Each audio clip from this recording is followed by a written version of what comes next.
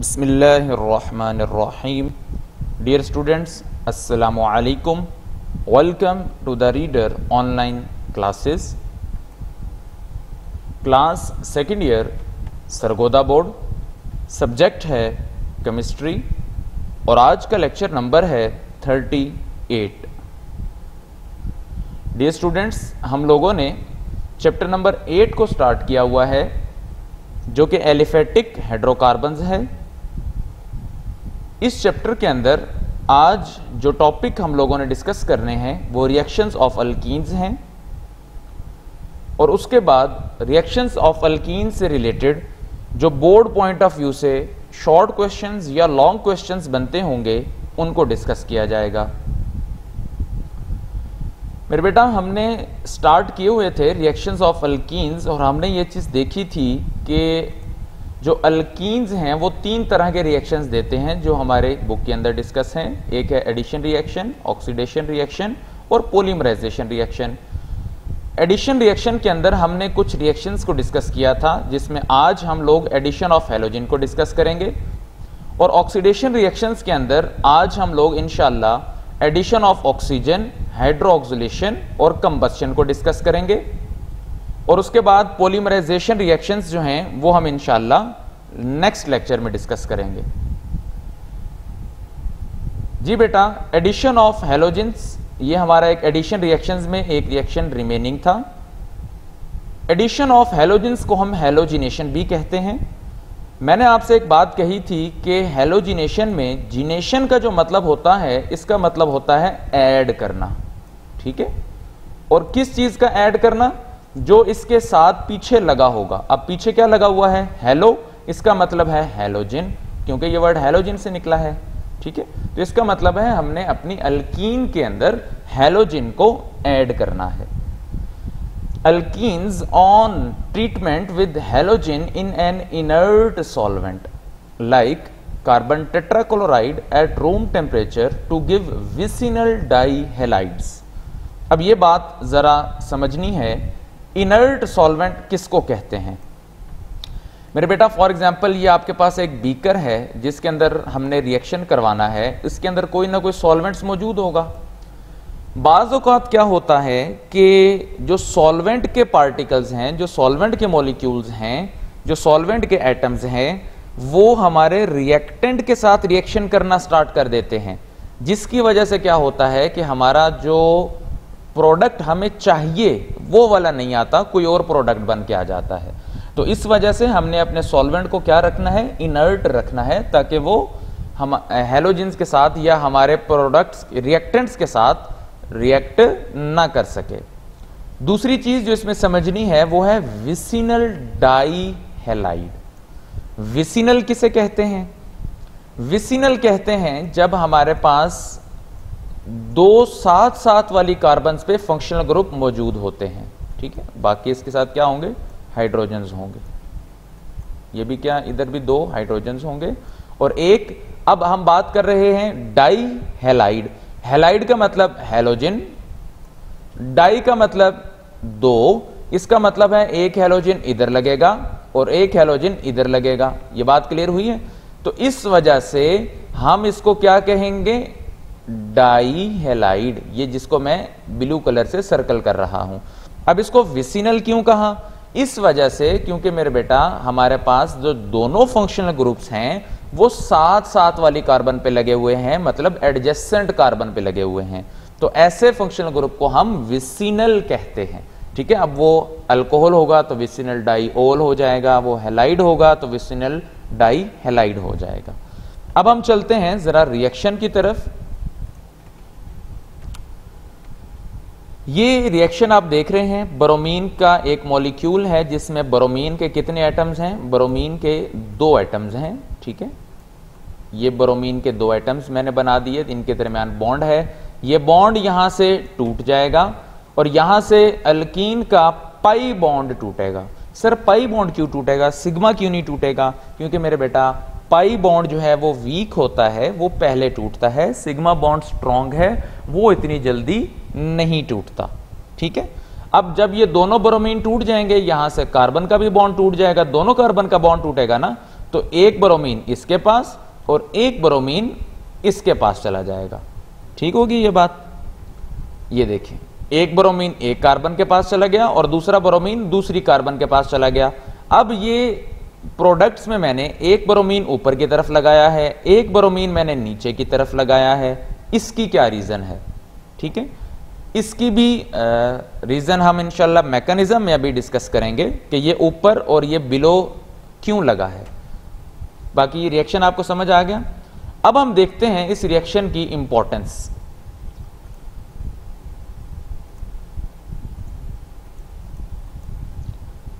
This reaction is used for the detection of double bond। हमारे पास ये reaction use होता है किसी भी कंपाउंड के अंदर सिर्फ ये चेक करने के लिए कि डबल बॉन्ड है या नहीं। ठीक है, सिर्फ चेक करने के लिए, ये नहीं देखने के लिए कि डबल बॉन्ड कहां मौजूद है, सिर्फ ये देखने के लिए कि आया फॉर एग्जांपल मेरे पास एक बीकर है। ठीक है, इस बीकर के अंदर मैंने हेक्सीन ली है। ठीक है, पेंटीन ली हुई है या हेक्सीन जो है वो ली हुई है। अब इसके अंदर मैं क्या करूंगा, इसके अंदर मैं ब्रोमीन वाटर मिला दूंगा जिसका कलर होता है रेडिश ब्राउन। ठीक है, अब अगर तो वो जो कलर है वो डिस्चार्ज हो गया है, मतलब वो कलर खत्म हो गया है, इसका मतलब है यहां पर जो भी हमारे पास मौजूद था उसके अंदर डबल बॉन्ड है। और अगर ब्रोमीन का कलर डिस्चार्ज नहीं हुआ तो इट्स मीन के डबल बॉन्ड मौजूद नहीं है। यह बात क्लियर होगी कि हम किस तरह डबल बॉन्ड को चेक करते हैं, ब्रोमीन वाटर के जरिए। अब चलते हैं मेरे बेटा इस रिएक्शन के मैकेनिज्म की तरफ।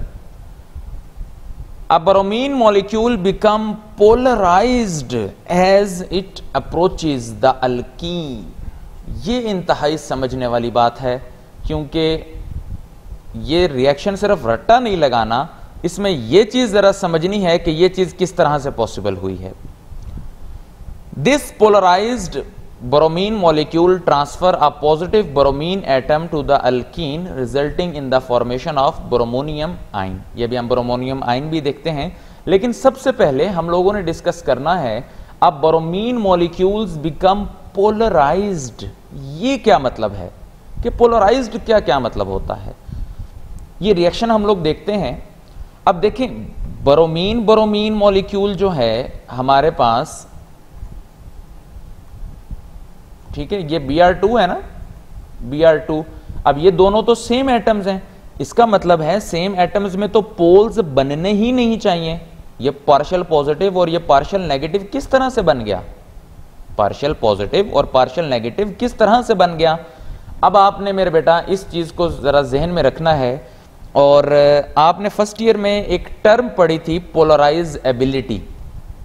पोलराइज एबिलिटी क्या होती है, ठीक है, फर्स्ट ईयर में ये पढ़ी थी ना, फोर्थ चैप्टर के अंदर ये term polarizability. Polarizability होती है कि हम किसी एटम के इलेक्ट्रॉनिक क्लाउड को कितनी आसानी से डिस्टर्ब कर सकते हैं। ठीक है, कि ये एक एटम है और ये उसके इलेक्ट्रॉन्स मौजूद हैं। ठीक है, तो इसके इलेक्ट्रॉनिक क्लाउड, अब इलेक्ट्रॉनिक क्लाउड क्या होता है, वो जगह जहां पर इलेक्ट्रॉन के पाए जाने के चांसेस होते हैं और वो न्यूक्लियस के इर्द गिर्द हर उसकी जहां तक फील्ड है वहां तक पाए जाने के चांसेस होते हैं, उसकी प्रोबेबिलिटी जो है वो मौजूद होती है।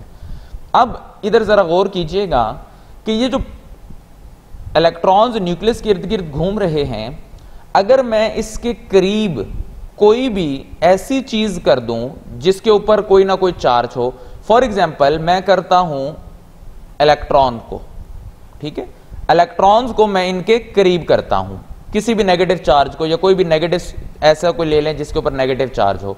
अब इससे मेरे बेटा होता क्या है कि हमारे पास ये जो एटम है ना, एटम डिस्टर्ब नहीं होता, इसका ये न्यूक्लियस, अभी जरा देखिएगा जो मैं इसकी शेप बना रहा हूं कि इसकी शेप अब किस तरह से बनेगी, कि हमारे पास जो इस एटम का इलेक्ट्रॉनिक क्लाउड है, इलेक्ट्रॉनिक क्लाउड सिर्फ वो डिस्टर्ब हो गया है कि अब मेरे पास सारे जो इलेक्ट्रॉन हैं वो किस तरफ आ गए हैं, दूसरी तरफ आ गए हैं।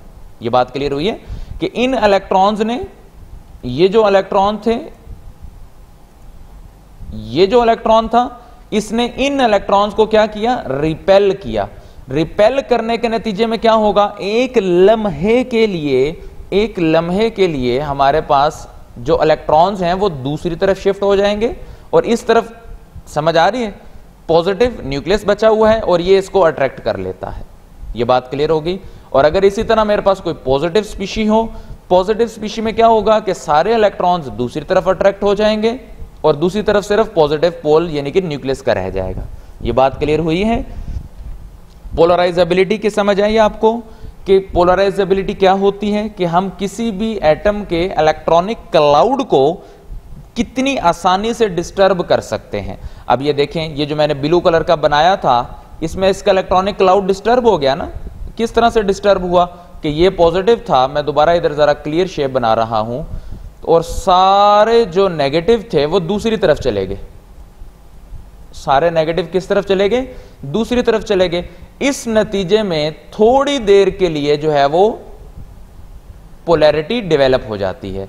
इस साइड पे हम कहते हैं पार्शियल पॉजिटिव और इस साइड पे क्या कहते हैं, पार्शियल नेगेटिव। ये कॉन्सेप्ट क्लियर हुआ। अब इसी कॉन्सेप्ट को जरा हम इधर अप्लाई करते हैं।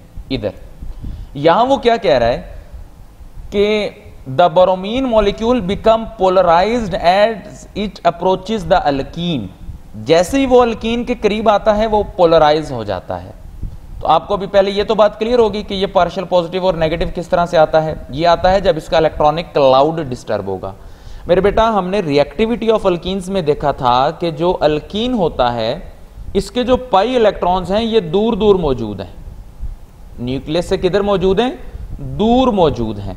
ठीक है, उन दूर की वजह से क्या होगा, वो इन इलेक्ट्रॉन्स, ब्रोमीन के इलेक्ट्रॉन्स को क्या करेंगे, पुश करेंगे। सेम जो फिनोमेना इधर मैंने अभी आपको समझाया है, वो इस ब्रोमीन के जो इलेक्ट्रॉन्स है उसको क्या करेंगे, पुश करेंगे। तो सारे इलेक्ट्रॉन्स किस तरफ चले जाएंगे, सारे इलेक्ट्रॉन्स दूसरे ब्रोमीन की तरफ चले जाएंगे। लेकिन ये थोड़ी देर के लिए होता है, ठीक है, सिर्फ अट्रैक्ट करने के लिए। तो जैसे ही ये उधर जाएगा, ब्रोमीन पॉजिटिव हुआ, ये फौरन पॉजिटिव को नेगेटिव की भूख होती है, ये फौरन यहां से कोशिश करेगा कि बॉन्ड तोड़ दे और यहां से बॉन्ड तोड़ के किसके साथ बॉन्ड बना लेगा, अल्कीन के साथ बॉन्ड बना लेगा। क्यों बनाएगा, क्योंकि इसको अल्कीन के पाई इलेक्ट्रॉन्स मिल रहे हैं। सर पाई इलेक्ट्रॉन क्यों मिल रहे हैं, ये कैसे वो अटैक कर रहे हैं। अल्कीन के पाई इलेक्ट्रॉन्स न्यूक्लियस से दूर होते हैं, दूर होने की वजह से वो किसी पॉजिटिव स्पीशी पे बड़ी आसानी से अटैक कर सकते हैं। अब ये बात आपको क्लियर होगी कि ब्रोमीन पे पार्शियल पॉजिटिव और पार्शियल नेगेटिव किस वजह से आएगा। छोटी सी लाइन में इसको समराइज करते हैं। जब एक ब्रोमीन मॉलिक्यूल अल्कीन के करीब आएगा, अल्कीन के जो पाई इलेक्ट्रॉन्स हैं वो ब्रोमीन के इलेक्ट्रॉन्स को पुश करेंगे और सारे इलेक्ट्रॉन्स एक तरफ हो जाएंगे, जिसकी वजह से इनके ऊपर पोलैरिटी आ जाएगी, पार्शियल पॉजिटिव और पार्शियल नेगेटिव। और यहां से फिर ब्रोमीन जो है वो किसकी तरफ अट्रैक्ट हो जाएगा, अल्कीन की तरफ, और उसके साथ बॉन्ड बना लेगा। ये बात क्लियर होगी। अब जरा हम इस रिएक्शन को देखते हैं जी। ब्रोमीन ने आपस में बॉन्ड तोड़ लिया, एक ब्रोमीन नेगेटिव हो गया और एक ब्रोमीन पॉजिटिव हो गया। अब ये जो ब्रोमीन के ऊपर पॉजिटिव चार्ज आया है, जो ब्रोमोनियम आयन यहां पे बना है, ये पॉजिटिव चार्ज कैसे आया है, इस चीज को भी जरा समझना है। ठीक है, रिएक्शन को जरा रट्टा नहीं मारना आपने कि सिंपल एक ब्रोमीन एक के साथ लगा दिया, दूसरा ब्रोमीन दूसरे के साथ लगा देना, पहले समझना भी है। अब ये समझना है कि ये जो पॉजिटिव आया है ब्रोमीन के ऊपर, ये क्यों आया है, ब्रोमीन ने यहां पे दो बॉन्ड किस तरह से बना लिए। इस चीज को समझने के लिए मेरे बेटा हम सबसे पहले ब्रोमीन का, जरा ब्रोमीन जो एटम है उसके इलेक्ट्रॉन्स देखते हैं। ब्रोमीन का एटॉमिक नंबर होता है 35 और ये 35 जो इलेक्ट्रॉन्स हैं आपके सामने शेप में आपको नजर आ रहे हैं, जो उसके शेल्स के अंदर पूरे हुए हैं। अब जरा हम इसके शेल्स को अगर देखें, जो पहला शेल होता है वो K होता है, दूसरा L है, तीसरा M है और चौथा N शेल होता है। K शेल के अंदर एक सब शेल होता है जिसको S कहते हैं और S के अंदर 2 इलेक्ट्रॉन्स होते हैं। L के 2 सब शेल होते हैं, एक S और एक P, और P के अंदर 6 आते हैं, S के अंदर 2 आते हैं। M के 3 सब शेल्स होते हैं, S, P और D, यहां पे D का इजाफा हो गया और D के अंदर 10 इलेक्ट्रॉन्स आते हैं। N के 4 सब शेल होते हैं, S, P, D और F। अब इसमें P में 5, S में 2, D और F जो है वो खाली है क्योंकि इलेक्ट्रॉन्स जो नहीं है ना 35 हमने पूरे करने हैं। अब ये पूरे करें जरा, 35 होते हैं, 2 + 2 + 6 10, 10 और 10 कितने हो गए 20, 20 और 8 28, 28 + 7 ये कितने हो जाएंगे 35 हो जाएंगे। अब P में आते कितने हैं, P में आते हैं 6, ठीक है, लेकिन आए हुए कितने हैं 5, लेकिन इसका मतलब है एक बॉन्ड बनाएगा अपना P सबशेल कंप्लीट करने के लिए। लेकिन अब यहां से कॉन्सेप्ट निकलता है लोन पेयर्स का। मेरे बेटा ब्रोमीन के पास लोन पेयर्स मौजूद हैं, 3 लोन पेयर्स मौजूद हैं, ये S वाला और P के अंदर जो P है ना उसको अगर हम लिखें PX, PY और PZ, ठीक है। अब इसके अंदर 1 2 1 2 और Z के अंदर कितने आए हुए हैं, Z के अंदर 1 आया हुआ है। ये तो चले जाएगा बॉन्डिंग के अंदर, लेकिन ये जो पीछे बचे हुए हैं, ठीक है, ये क्या कहलाएंगे लोन पेयर्स कहलाएंगे। और आपको पता है ऐसा बॉन्ड जो लोन पेयर की वजह से बनेगा उसको कोऑर्डिनेट कोवेलेंट बॉन्ड कहते हैं। अब PY के अंदर कितने इलेक्ट्रॉन्स हैं, 2 इलेक्ट्रॉन्स है ना, PY के अंदर कितने इलेक्ट्रॉन्स हैं 2 इलेक्ट्रॉन्स हैं। ब्रोमीन अपना एक इलेक्ट्रॉन शिफ्ट करेगा इस कार्बन की तरफ जिसको मैंने स्केयर बनाया है, ठीक है। स्केयर में सर उसने उसकी तरफ क्यों शिफ्ट किया, क्योंकि यहां से जो बॉन्ड टूटा है इसमें मेरे पास ये नेगेटिव हो गया है और ये क्या बना है पॉजिटिव हो गया है। अब ब्रोमीन जब इसके साथ बॉन्ड बनाएगा तो जब वो देखेगा कि इस कार्बन के पास और ये साथ ही कार्बन मौजूद है और इसके ऊपर पॉजिटिव चार्ज है, तो वो अपना एक लोन पेयर, ये जिसको मैं सर्कल कर रहा हूं लोन पेयर को, एक लोन पेयर उठा के किसको दे देगा, इस कार्बन को दे देगा जिसपे मैंने ये टिक किया हुआ है, ठीक है। ये बात क्लियर होगी, ये टिक जिसपे किया हुआ है, क्लियर। अब ब्रोमीन ने अपना लोन पेयर उठा के इस कार्बन को दिया है। अब ब्रोमीन ने चूंकि इलेक्ट्रॉन डोनेट किया है इसलिए ब्रोमीन पे क्या चार्ज आया हुआ है, ब्रोमीन पे आया हुआ है पॉजिटिव चार्ज। और वो बॉन्ड जो हमारे पास बनता है किस वजह से, लोन पेयर की डोनेशन की वजह से, उस बॉन्ड को हम क्या कहते हैं कोऑर्डिनेट कोवेलेंट बॉन्ड। इसका मतलब यह हुआ, ठीक है, कि हमारे पास जो ब्रोमीन है, ये जो बॉन्ड है जिसके ऊपर मैं रेड कर रहा हूं, इसमें से कोई एक बॉन्ड जो है वो कोऑर्डिनेट कोवेलेंट बॉन्ड है। ये बात क्लियर हो गई। एक तो बॉन्ड ब्रोमीन ने बनाया हुआ है ना कार्बन के साथ, लेकिन दूसरा जो बॉन्ड है वो ब्रोमीन ने कौन सा बनाया हुआ है, वो बनाया हुआ है कोऑर्डिनेट कोवेलेंट बॉन्ड। ये बात क्लियर हो गई। अब हम चलते हैं इसके जरा स्टेप 2 की तरफ। ये पहला स्टेप आपको क्लियर हो गया कि ब्रोमीन के ऊपर ये पार्शियल पॉजिटिव पार्शियल नेगेटिव किस तरह से आएगा, इसके इलेक्ट्रॉन्स इसको अप्रोच करेंगे, इस पे पोलैरिटी आ जाएगी और ब्रोमीन यहां पे जो ब्रोमोनियम आयन बना है वो एक कोऑर्डिनेट कोवेलेंट बॉन्ड बनाएगा। अब हैलोजन के ऊपर जो पॉजिटिव चार्ज है वो स्टेबल तो नहीं होता ना, इसका मतलब है अगले ही लम्हे ये ब्रोमीन जो नेगेटिव हुआ है ये इस पे दोबारा अटैक करेगा। स्टेप 2 में क्या होगा, the nucleophilic bromine ion, nucleophilic कहते हैं ऐसी स्पीशीज जिसके ऊपर नेगेटिव चार्ज हो। ब्रोमाइड आयन जो हमारा बना है attack on carbon of bromonium ion, ठीक है, कि ये ब्रोमीन जो है ये अटैक करेगा इस साइड से या इस साइड से, किस साइड से अटैक करेगा हमने ये भी अभी जरा ध्यान रखना है। And the colour of bromine is discharge, ये चीज जरा ध्यान रखनी है मेरे बेटा आपने। कलर ऑफ ब्रोमीन मैंने अभी आपको बताया था ना कि ये रिएक्शन यूज होता है for the detection of double bond, बताया था। तो उसमें क्या होता है कि ब्रोमीन का कलर जो है वो खत्म हो जाएगा ना अगर डबल बॉन्ड प्रेजेंट होगा। अब ये ब्रोमीन कहां से अटैक करेगा, नीचे वाली साइड से या ऊपर वाली साइड से?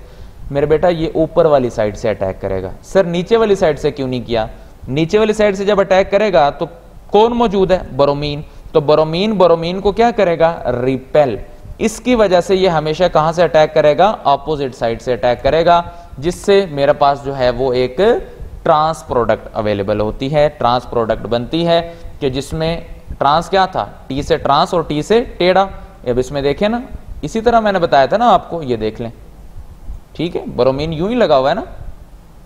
यहां से यूं फिर यूं ही करके ब्रोमीन लगा हुआ है ना, तो इस वजह से हमारे पास क्या प्रोड्यूस हुई, ट्रांस प्रोडक्ट। क्यों ट्रांस प्रोडक्ट प्रोड्यूस हुई, क्योंकि हमारे पास ब्रोमीन ने दूसरी साइड से अटैक किया है। ठीक है, अब इस ब्रोमीन पे नेगेटिव चार्ज है, मतलब इसके पास 2 इलेक्ट्रॉन्स हैं, ये किसी एक जगह से बॉन्ड तोड़ लेगा, मतलब यहां से बॉन्ड टूट जाएगा। अगर यहां से बॉन्ड टूटेगा तो इसके यहां पर भी जो बॉन्ड बना हुआ है वहां पे कितने इलेक्ट्रॉन है, 2। एक तो ब्रोमीन का अपना हो गया, दूसरा जो इलेक्ट्रॉन है ब्रोमीन का, ये वो वाला इलेक्ट्रॉन है जो इसने लोन पेयर दिया हुआ था। बात क्लियर हुई। ये इलेक्ट्रॉन ब्रोमीन, ये वाला जिसको मैं सर्कल कर रहा हूं, ये इलेक्ट्रॉन ब्रोमीन वापस लेगी, यानी कि उसके ऊपर जो पॉजिटिव चार्ज था वो खत्म हो गया। तो इस कार्बन पे क्या चार्ज आ जाएगा, पॉजिटिव, क्योंकि इसका इलेक्ट्रॉन अब किसने ले लिया है, ब्रोमीन ने जो इसको इलेक्ट्रॉन दिया हुआ था, अब ब्रोमीन ने वो वापस ले लिया है। तो इस कार्बन पे क्या चार्ज आएगा, पॉजिटिव। और ये जो ब्रोमीन है इसके ऊपर क्या चार्ज है, नेगेटिव। तो ये नेगेटिव इस पॉजिटिव पे क्या कर लेगा, अटैक कर लेगा। अब आपको बॉन्ड की भी समझ आ गई कि बॉन्ड किस तरह से बनेगा। अब हम चलते हैं नेक्स्ट रिएक्शन की तरफ, जो कि है addition of oxygen. Alkenes when mixed with oxygen और air and passed over a silver oxide at high temperature and pressure add an atom of oxygen to form epoxides। याद रखिएगा मेरे बेटा, ये जो एप का वर्ड है, एप, ये तब यूज होता है जब ऑक्सीजन रिंग बना रही होगी। ठीक है, अभी हम देखते हैं क्या वाकई ऑक्सीजन रिंग बना रही है। ये एक रिएक्शन है O2।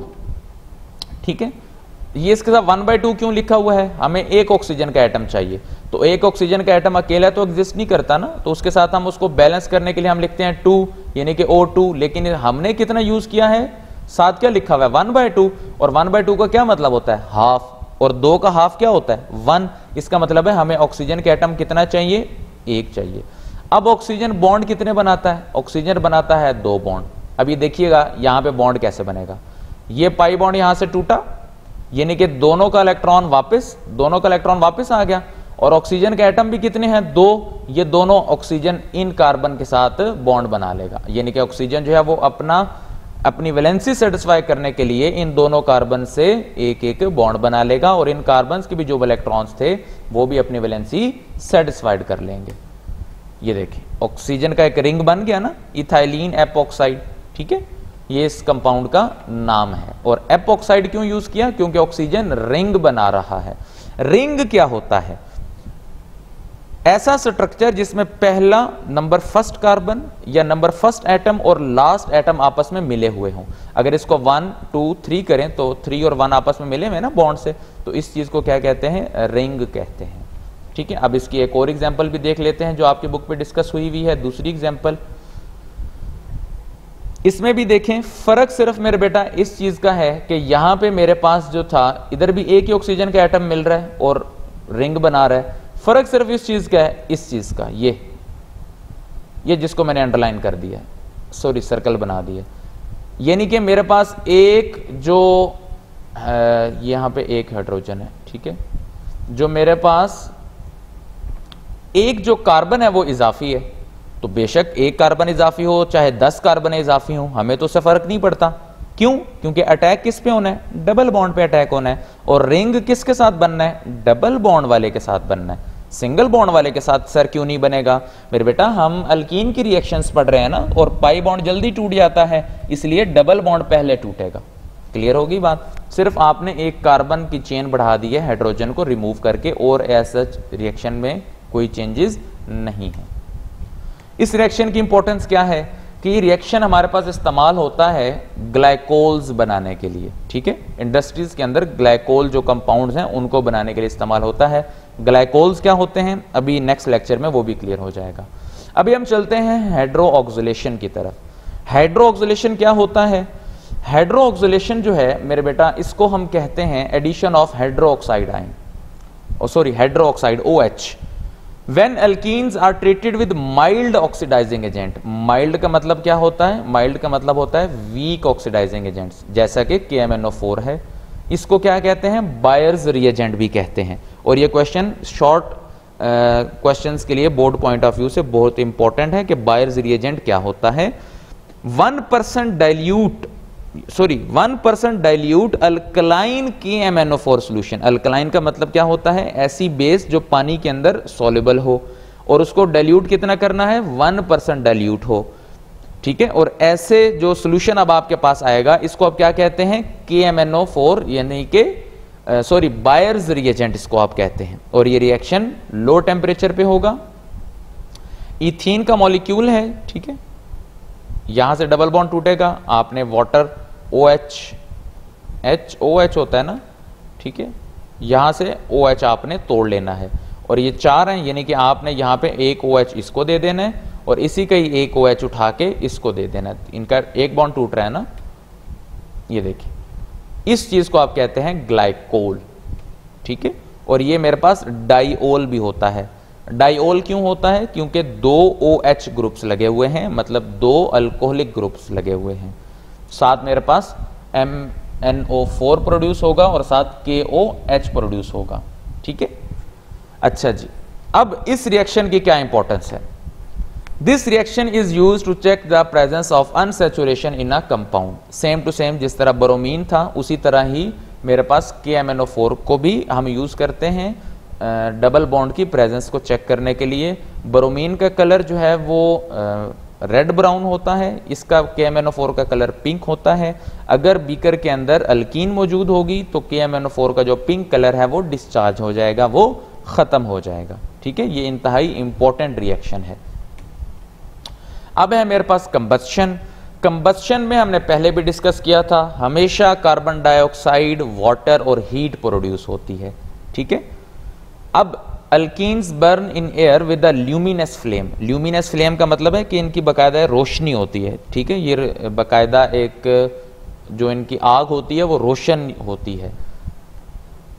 And produce carbon dioxide and water, और साथ हीट प्रोड्यूस होती है। ये मैंने आपको पहले भी बताया था, याद रखना है जब भी कंबस्शन का अमल होगा, चाहे कंप्लीट हो तो कार्बन डाइऑक्साइड होगी, इनकम्प्लीट हो तो कार्बन मोनोऑक्साइड होगी, और वाटर और हीट हमेशा साथ प्रोड्यूस होता है। सर वाटर प्रोड्यूस होगा तो वाटर तो आग को बुझा देता है, तो सर वाटर कैसे प्रोड्यूस होगा? मेरे बेटा, ये जो वाटर प्रोड्यूस हो रहा है, ये प्रोड्यूस हो रहा है in the form of vapours, ठीक है। जब भी आप किसी चीज को जलाते हैं, कार्बन डाइऑक्साइड और वाटर प्रोड्यूस होता है, और वाटर जो है वो किस फॉर्म में प्रोड्यूस हो रहा होता है? वेपर्स, और वेपर्स तो ऊपर जा रहे होते हैं ना गैस के फॉर्म में। आज का लेक्चर यहीं तक था। अब हम पॉसिबल क्वेश्चंस को डिस्कस करते हैं। How you check the presence of saturation, unsaturation in a molecule. ये सैचुरेशन नहीं है, यहां पे सॉरी आप UNB ऐड कर लें, ठीक है। How you check the presence of unsaturation in a compound. अब ये 2 तरीके हैं, ब्रोमीन मॉलिक्यूल से भी ये चेक हो जाता है, और ये KMnO4 के साथ भी चेक हो जाता है। अब आपकी मर्जी है, आप दोनों में से जो रिएक्शन लिखना चाहेंगे। सर अगर हम ब्रोमीन वाला लिखें तो क्या हम उसका मैकेनिज्म भी लिखेंगे? नहीं मेरे बेटा, आप मैकेनिज्म नहीं लिखेंगे। मैकेनिज्म सिर्फ उस कंडीशन में लिखेंगे जब आपसे वो पूछेगा। What is buyers reagent? Buyers reagent अभी हम डिस्कस करके आए हैं, जो हाइड्रोक्सिलेशन होता है KMnO4 का 1% डाइल्यूट जो सोल्यूशन है अल्कलाइन, उसको हम बायर्स रिएजेंट कहते हैं। Give the reactions of alkenes with buyers reagent, ये वही वाला रिएक्शन अभी हमने डिस्कस किया। Convert ethene into ethylene glycol, ये दोनों तीनों ये वाले जो लास्ट 3 क्वेश्चंस हैं, ये एक ही रिएक्शन से रिलेटेड हैं, ठीक है। इथाइलिन ग्लाइकोल में कन्वर्ट करने के लिए भी आप वही वाला रिएक्शन लिखेंगे कि KMnO4 के साथ रिएक्ट करवा देंगे किसको? इथीन को। आज का लेक्चर यहीं तक था। इसमें कोई क्वेश्चन हो, कोई क्यूरी हो तो आप SMS करके पूछ सकते हैं। गॉड ब्लेस यू बेटा। अल्लाह हाफिज।